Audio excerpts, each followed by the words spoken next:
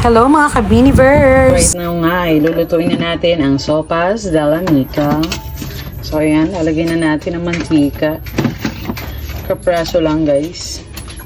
Ayan, ngayon nga, iginigit na natin ang sibuyas at ang bawang. So let's wait until it's golden brown guys.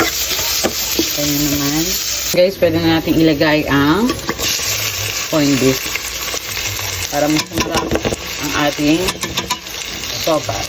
So, diba guys? Then, huwag kalimutang haluin para maluto siya. Okay? Isang kamay lang ang gamit ko, ganyan talaga. Ayan. Ayan. Kailangan maluto muna yung corned beef, guys. Luto na, inaano natin ang apoy. Ayan. Medyo luto na yan siya. So, haluin muna natin ulit.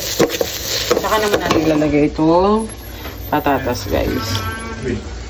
So, ayan. Lagyan natin ang patatas, guys. Ayan.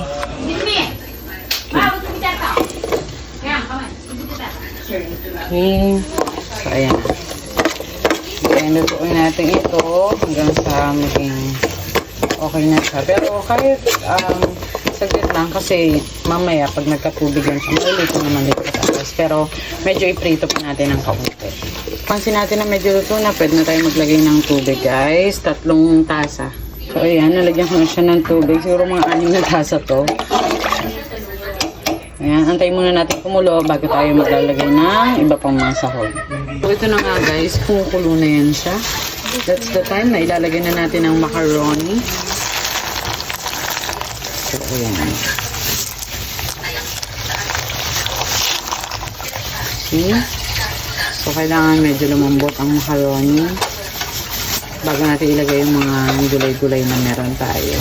Bago natin siya titimplahan ng milk. Yes, that's right. Nilalagyan ko ng milk. Of course, hindi magiging kompleto nang wala ang pamintang pino ng Boston. O, Boston, baka naman. Yan. Hindi mawala ang patis. Pampasarap yan guys at pampabango. Yan. Halo-halo konti. Siyempre, hindi ito matatawag na sopas pag wala ang gatas, evaporada. At nako, hindi rin mawawala ang paborito ng mga bata, ang hotdog, tender juice. Hotdog. Then lastly, lalagyan na natin itong gulay. So, ayan.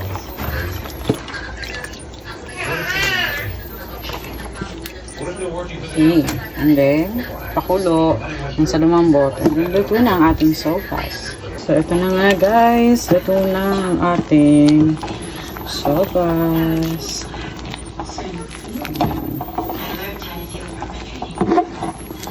Sa susunod muli, thank you for watching.